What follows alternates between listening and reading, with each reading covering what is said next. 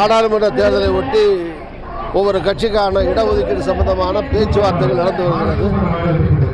திமுக காங்கிரஸ் ஒரு பக்கம், பிஜேபி தனியாக ஒரு பக்கம், அதிமுக ஒரு தனியாக ஒரு பக்கம், சீமான் ஒரு பக்கம், இன்னும் இந்த மாதிரி எத்தனை அணி வருதுன்னு தெரியாது.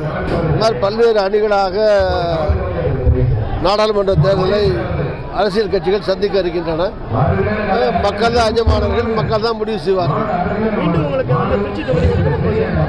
திருச்சியில் இருக்கிற கூட்டணியின் சார்பில் திமுக காங்கிரஸ் தோழமை கட்சிகளின் சார்பில் சுமார் 4.5 லட்சம் வாக்கு வித்தியாசத்தில் இருக்கக்கூடிய மக்கள், வாக்காளர் மக்கள் வெற்றி பெற வைத்தார்கள்.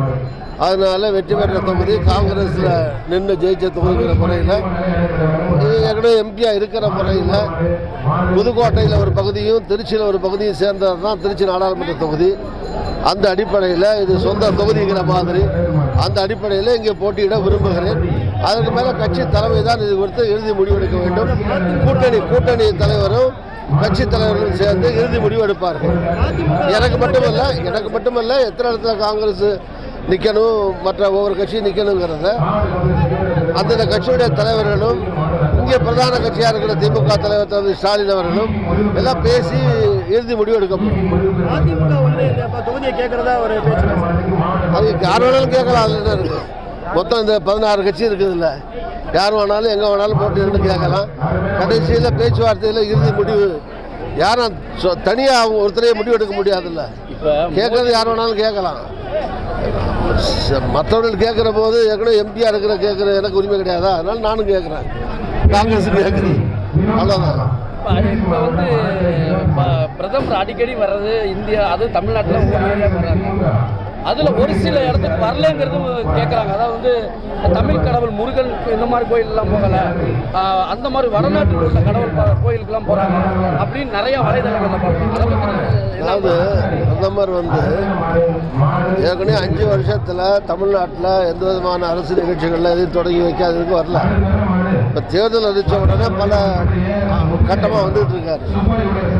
உதாரணமாக தமிழ்நாடு முதலமைச்சராக இருந்த செல்வி ஜெயலலிதா அவர்கள் கூட 100 நாள் மருத்துவமனையில் உயிருக்கு போராடிட்டு இருந்தார். ஒரு நாள் கூட பிள்ளைகளை பார்த்துட்டு போகலையே.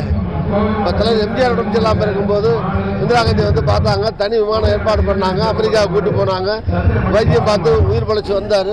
அதனால தான் 3 வருஷம் திருப்பி முதலமைச்சராக இருந்தார். ஜெயலலிதா அவர்களை பக்கத்தில் சிங்கப்பூர் வளர்ச்சிக்காத ஆஸ்பத்திரி கூட்டிட்டு போயிருக்கலாமே, அது ஏன் கூட்டிகிட்டு போகிறதுக்கு பிரதமர் அதெல்லாம் கவனம் செலுத்தவே இல்லையா? இப்போ ஜெயலலிதா வாழ்த்தி பேசிகிட்டு இருக்காரு. சரி, ஜெயலலிதா அவர்களை பாராட்டி பேசுகிறாரு, எம்ஜிஆரை பாராட்டி பேசுகிறாரு. இதெல்லாம் தேர்தல் ஸ்டண்டு, தேர்தலுக்காக செய்கிற விஷயங்கள். கோவை எம்எல்ஏ சொல்கிறாங்க, அதாவது இப்போதான் தமிழக அரசு அழைச்சனால தான் நாங்கள் வரோம் அப்படின்னு சொல்கிறாங்க. காரணம் அவங்க தான் சொல்கிறாங்க. யாரு?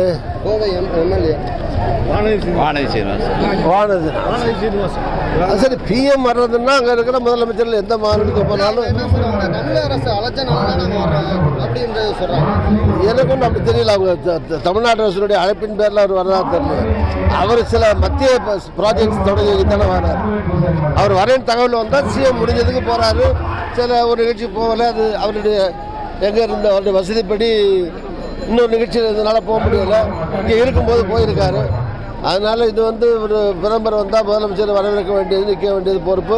நின்றுருக்காரு, கலந்துருக்காரு. அவரே அழைச்சிருந்தா அந்த நிகழ்ச்சியில் கலந்துக்காமல் எப்படி இன்னொரு நிகழ்ச்சிக்கு போவார்? பாதகம் செய்பவரை கண்டால் நாம் பயங்கொள்ளலாகாது பாப்பா, மோதி மிதித்து விடு பாப்பா, அவர் முகத்தில் உமிழ்ந்து விடு பாப்பா. அண்மை செய்திகளை உடனுக்குடன் தெரிந்து கொள்ள இணைந்திருங்கள் இயம்நாடு தொலைக்காட்சியுடன்.